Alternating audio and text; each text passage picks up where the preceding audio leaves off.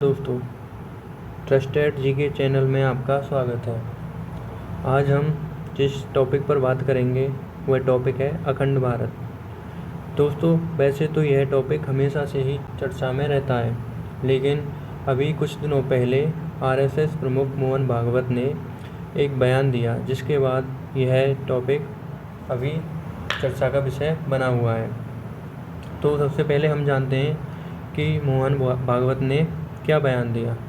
तो दोस्तों, 13 अप्रैल को हरिद्वार में एक कार्यक्रम हुआ, जिसमें अखंड भारत को लेकर उन्होंने कहा कि सनातन धर्म ही हिंदू राष्ट्र है।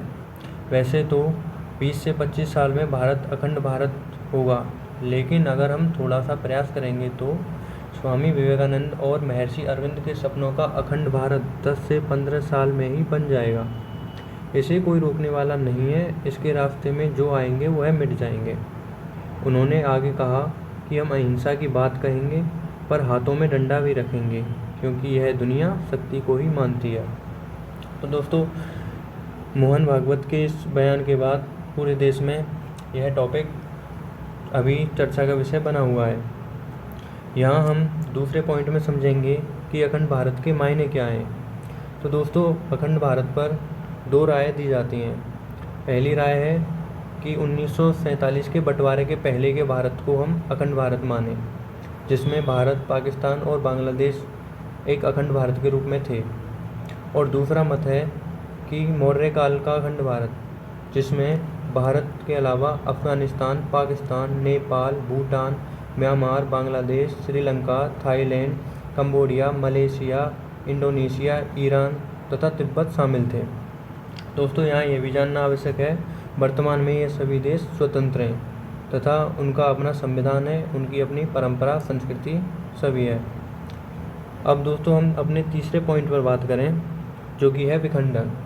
तो दोस्तों, सबसे पहले अगर हम बात करें तो श्रीलंका को 1310 ईस्वी के बाद आज़ाद हुआ था और उसके ही कुछ समय बाद ब्रिटेन ने उस पर कब्जा कर लिया था।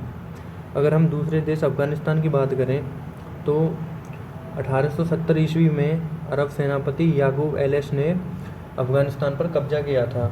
उसके बाद मुग़ल शासकों ने उस पर कब्जा किया और अंत में ब्रिटेन ने। दोस्तों, उसके बाद ब्रिटेन और रशिया में बफर संधि हुई, जिसके बाद रशिया ने उस पर आक्रमण किया और रशिया को हार का सामना करना पड़ा। अंत में अमेरिका ने उस पर अपना आधिपत्य जमाया और अभी अमेरिका ने भी उसे छोड़ दिया है, तो अभी उस पर तालिबान का कब्जा है। अगर हम भूटान की बात करें तो भूटान को ब्रिटेन ने 1907 में भारत से अलग किया था। बर्मा, जिसे म्यांमार भी कहते हैं, 1937 में अलग हुआ। पाकिस्तान, जिसका आपको पता ही होगा, 1947 के विभाजन के बाद पाकिस्तान अलग हो गया।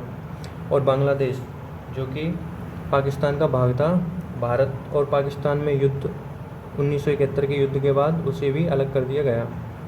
और तिब्बत, जिसको चाइना ने हथिया लिया है। दोस्तों, इन सभी बातों के बाद मैं आपकी राय जानना चाहता हूँ कि क्या ये अखंड भारत फिर से बन सकता है।